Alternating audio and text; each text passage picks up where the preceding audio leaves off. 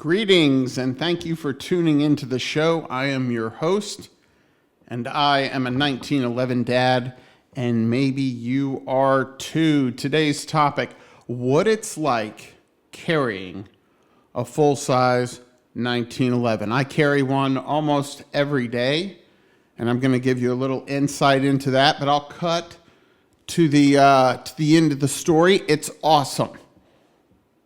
So right now, comment section, people's minds, especially Glock lovers, they're screaming, capacity, capacity. If you don't have 5,000 rounds in the magazine, you'll die.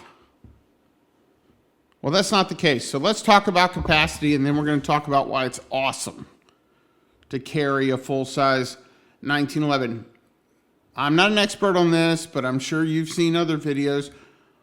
In a majority of defensive encounters, you can stop the threat without even shooting. I think it's like 50%, just pulling a gun. So God forbid you ever have to draw your firearm in a defensive encounter. It is unlikely, statistically, hopefully you can end the encounter just by producing a firearm. For that reason, I've thought that people that are uncomfortable with firearms should keep a gun, carry a gun, even if it's unloaded. If you're afraid it's going to get taken from you and you're going to get shot with your own gun, carry an unloaded gun. It's a movie prop, but an effective one. So in a lot of encounters, you won't even fire a round, but what if you do need to fire a round? How many will you statistically fire? Again, the data's a little varied, but it's safe to say 1 to 3 rounds. There is nothing wrong carrying a 5-shot revolver, statistically speaking, as your carry piece.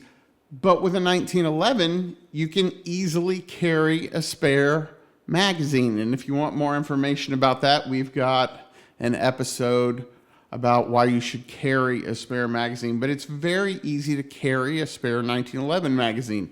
They're very thin, they're short, and I mean, I've literally put them in my jeans pocket, put a spare magazine, and then couldn't find it later. It's so unobtrusive to carry. I was like, did I put it down somewhere? And after looking for it, I found it.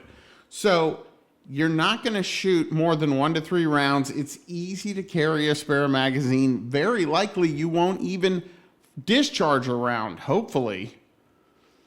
But even if you do need to discharge, you're not going to spray and pray, I hope. Meaning just start ripping off rounds. I'm not a lawyer. This is not legal advice. But you will be held accountable for every round you put down range, even if it was a valid reason to shoot. If you pull a Pulp Fiction and hit some woman in the leg, a bystander, and she's bleeding, you're gonna face criminal and civil penalties for that, very possibly. So set aside ammunition concerns. I use Wilson Combat 47D magazines for 45. That's 8 rounds plus 1 in the pipe. So without a spare magazine, you've got 9 rounds. So capacity concerns are overblown. You carry a 1911, you got easily 3 times as much Fort ammo as you're going to need. So why is it awesome carrying a 1911? Well, one, it's comfortable. You go, what do you mean it's comfortable? It's a heavy piece of steel, full size. That's true, but it carries really well.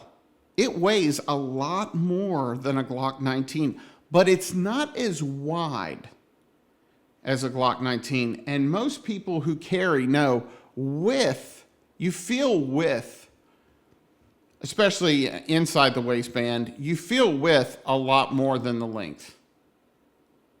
So it's more comfortable, in my opinion, to carry a narrower but longer 1911 than to carry a Glock 19. I do not think carrying a Glock 19 concealed is very comfortable, especially in a Kydex holster. People do it all day, every day, nothing wrong with it. If that's your bag, well, if that's your bag, I'm surprised you're listening to this. Nothing wrong with it, but the 1911 is easier, more comfortable to carry, than a Glock 19, in my opinion, because it's narrower.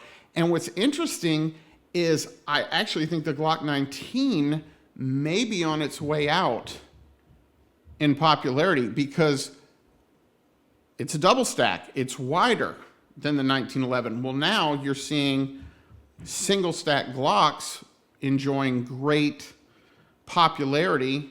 The Glock 48, 43, 43X, and now the 48 and 43X, you can now get high capacity magazines. So I think even Glock owners are going, I want to carry a thinner gun. They don't need that extra capacity, but thinness matters, and 1911s are relatively thin. Another awesome thing about them is they're easy to draw.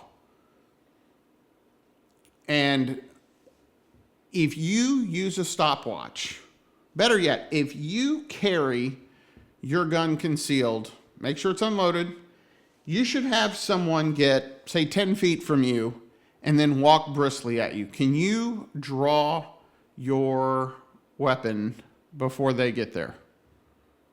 Again, make sure it's unloaded, never point it at a person, follow all the safety rules.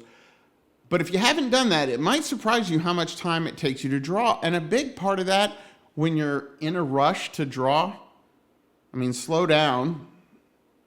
Slow is smooth, smooth is fast. But finding the handle, it's a lot harder on a shield, a Smith & Wesson Shield, great gun. But when you're carrying a Smith & Wesson Shield, it's a lot harder under time pressure to get your hand on that little handle, get the right grip, and draw your weapon. Whereas in 1911, the handle's so big, it's easy to find and kind of hit the center of it and get drawn. I mean, half the battle is seeing the threat and getting your weapon out and visible and ready to work. Again, most threats, a lot of threats, that's going to deter. But having that full-size handle you can quickly and easily find, grab, and draw, it is nice. Okay, shootability. The gun, 1911, in my opinion, is the most shootable gun ever made. Full size, it's got a long sight radius. It's got, especially in all steel, even with 45, plenty of heft, very manageable recoil, the best trigger that's ever been put on a semi-automatic handgun. And so it's a very shootable. If I take a Smith & Wesson Shield, which is smaller and lighter, and go and put the target out at 25 yards, I'm going to see different results than with a 1911. And you say, well, you're not going to be shooting at 25 yards. Most defensive counters are 7 yards and in. That's true, but do you think if you had to shoot in a high-stress defensive situation that you're going to shoot at 100% of what you do when you're at the range? I bet you shoot at a third of the efficiency under pressure, if you're lucky. So what does that mean? That means if you're shooting at 25 yards, or let's say 24 yards, that would be the hits if the target was at 8 yards. I think you'll be a third as efficient. So if you want to get it, and that's just my idea, feel free to disagree in the comments, but I think you ought to train to be at a third your normal capabilities in terms of accuracy when shooting under pressure. You know it'll be low light, or it's going to be difficult. It's not going to be an easy shot. I mean, that's how Murphy's Law works. So put the target out at 24 yards, take your micro pistol, look at the scores, now take a 1911 and look at the scores. I mean, at the end of the day, people think carrying is about comfort. I'm gonna change your life. I'm gonna make carrying so easy, you won't even feel the gun. Leave it at home. That's not the point. The point of carrying is not to be comfortable. If I want to be comfortable, I won't carry. But if I want to be pretty darn comfortable, but have a very capable defensive capability on me, the 1911. It's comfortable, but most importantly, it shoots like crazy. And finally, I love carrying a 1911 because it inspires confidence. Like we just talked about, the shootability, they're very accurate, they're easy to shoot under pressure. The ergonomics, it feels great on the hip. You kind of feel like a sheriff walking around with it, or John Wayne, because you got this big piece of American steel. But the grips, the triggers, being able to tune your gun to exactly your preferences in terms of grips, triggers, sights, magwells, trigger pull, all that stuff. In my opinion, it's the most tunable gun, and it has extremely good ergonomics. And I like 45 ACP. And we're going to go into the caliber wars in a different episode, but there is no one on earth that can say 45 ACP, whether you're talking about full metal jacket, hollow point, and you should carry. You've got to decide for yourself what round is most appropriate in your situation to carry. But whatever, 45 ACP has over 100 years of combat experience. I looked through after action reports. I could find plenty of complaints from U.S. soldiers regarding 9mm FMJ. I didn't find a single one from a single complaint from U.S. soldiers or troops saying 45 ACP wasn't enough. In fact, special units still use 45 ACP.